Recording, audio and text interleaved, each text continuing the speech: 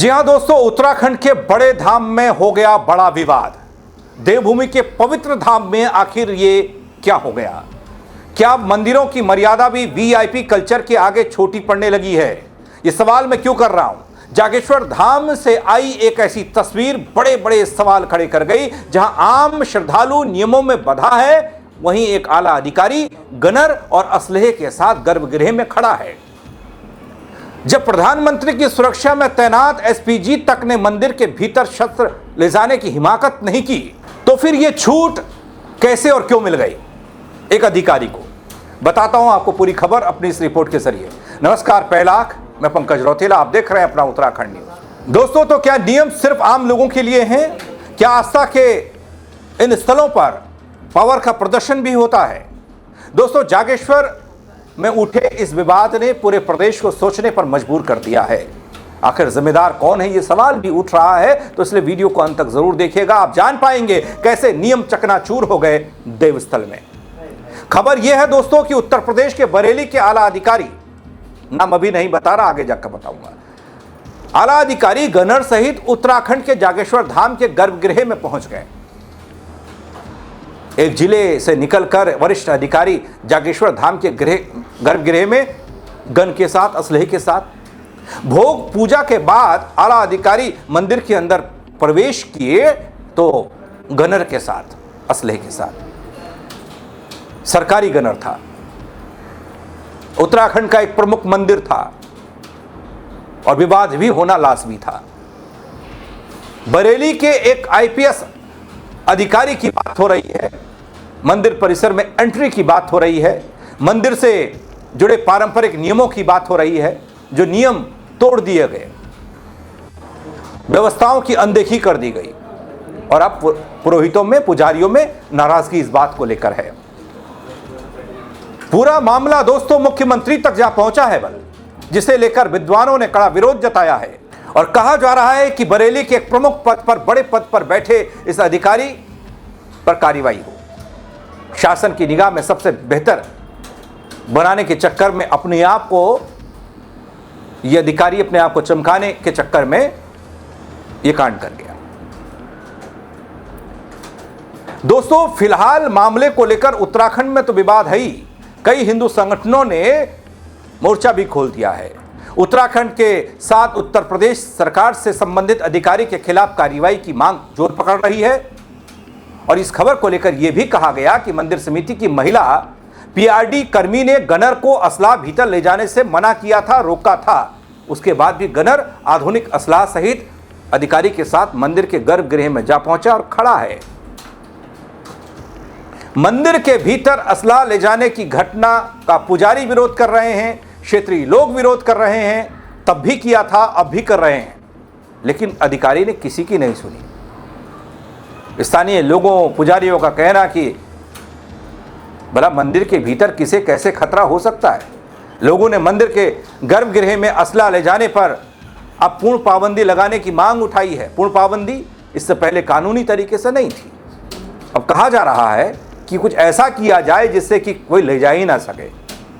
इस बात की चर्चा हो रही है कि जागेश्वर धाम के गर्भगृह में असला पहुंच गया तो फिर जागेश्वर तो देश के प्रधानमंत्री नरेंद्र मोदी भी आए थे, जागेश्वर धाम आए थे, आपको याद होगा 2023 का साल था। दोस्तों, उनकी सुरक्षा को देखते हुए पूरे क्षेत्र को छावनी में तब्दील किया गया था तब। और बड़ी बात क्या है पता है? उनकी सुरक्षा में तैनात एसपीजी भी मंदिर के गर्भगृह में असला लेकर नहीं गई थी। उत्तराखंड के मुख्यमंत्री पुष्कर सिंह धामी का जागेश्वर धाम से काफी लगाव है। जागेश्वर बाबा को खूब मानते हैं और हर साल यदा कदा पूजा अर्चना के लिए वो यहां पहुंचते हैं। दोस्तों, उनके सुरक्षा कर्मी भी असलहा लेकर मंदिर के गर्भगृह तक नहीं जाते, कभी देखे नहीं गए। असलहे वाले सुरक्षा कर्मी मंदिर प्रवेश द्वार पर खड़े हो जाते हैं, यही नियम कहता है। लेकिन यहां बरेली के इस बड़े आईपीएस अधिकारी ने सारे नियम कायदों को दरकिनार कर दिया। आखिर कैसे और क्यों पहुंच गया एक बड़ा अधिकारी अपने गनर के साथ, असलहे के साथ गर्भगृह तक? दोस्तों, पता है आपको अधिकारी कौन है? आईपीएस अधिकारी हैं बरेली के जिला अधिकारी अविनाश सिंह। अविनाश सिंह जो असला लिए गनर के साथ गर्भगृह में पहुंचे। और यहां मैं आपको यह भी बता दूं कि जागेश्वर धाम में श्रद्धालुओं की तादाद में लगातार बढ़ोतरी हाल के दिनों में हो रही है। सालाना लाखों भक्त यहां आ रहे हैं, शीश नवाते हैं। लेकिन धाम में वीआईपी कल्चर भी खूब पनप रहा है, जैसे जैसे श्रद्धालुओं की संख्या बढ़ रही। देश के अलग अलग राज्यों से आने वाले नेता अफसर मंदिर में वीआईपी ही बनकर पूजा करते हैं दोस्तों, और उसी में शामिल है बरेली के जिलाधिकारी। स्थानीय लोगों ने मंदिर में वीआईपी सिस्टम ही खत्म करने की मांग उठाई है। लोगों का कहना यह कि वीआईपी हो या फिर आम श्रद्धालु, सभी के लिए नियम एक समान होने चाहिए। इतना ही नहीं है दोस्तों, जागेश्वर मंदिर समूह भारतीय पुरातत्व सर्वेक्षण एएसआई की संरक्षित स्मारक है ये मंदिर, और इस मंदिर समूह के संरक्षण की जिम्मेदारी एएसआई की है। मंदिर में बगैर इजाजत वीडियोग्राफी तक नहीं हो सकती, उस पर रोक है। एएसआई ने सुरक्षा कारणों को देखते हुए मंदिर में असला ले जाने पर पहले से रोक लगा रखी है। बावजूद कई वीआईपी और नेता लाव लश्कर के साथ मंदिर पहुंचते हैं, और फिर ऐसे अधिकारी भी पहुंचते हैं जो आसानी से अपना असला गर्भगृह तक ले जाते हैं। अब एएसआई मंदिर परिसर के बाहर बोर्ड चस्पा करने की तैयारी में है। फिर नियम किस बात के? क्या आस्था के सबसे पवित्र स्थल में वीआईपी कल्चर हावी रहेगा या हो रहा है? क्योंकि हम तो कह रहे हैं अतिथि देवो भव, आइए, सभी से आइए, दर्शन कीजिए, तीर्थाटन कीजिए। अब उसमें क्या कानून और परंपराएं उनके लिए नहीं होंगी? आम श्रद्धालुओं तक सीमित रहेगा ये सब मामला। जब देश के प्रधानमंत्री तक के सुरक्षा कर्मी मंदिर की मर्यादा का पालन करते हैं, तो फिर एक अदना सा अधिकारी, उसे कैसे छूट मिल गई? क्या इस पूरे मामले में जिम्मेदारी तय होगी?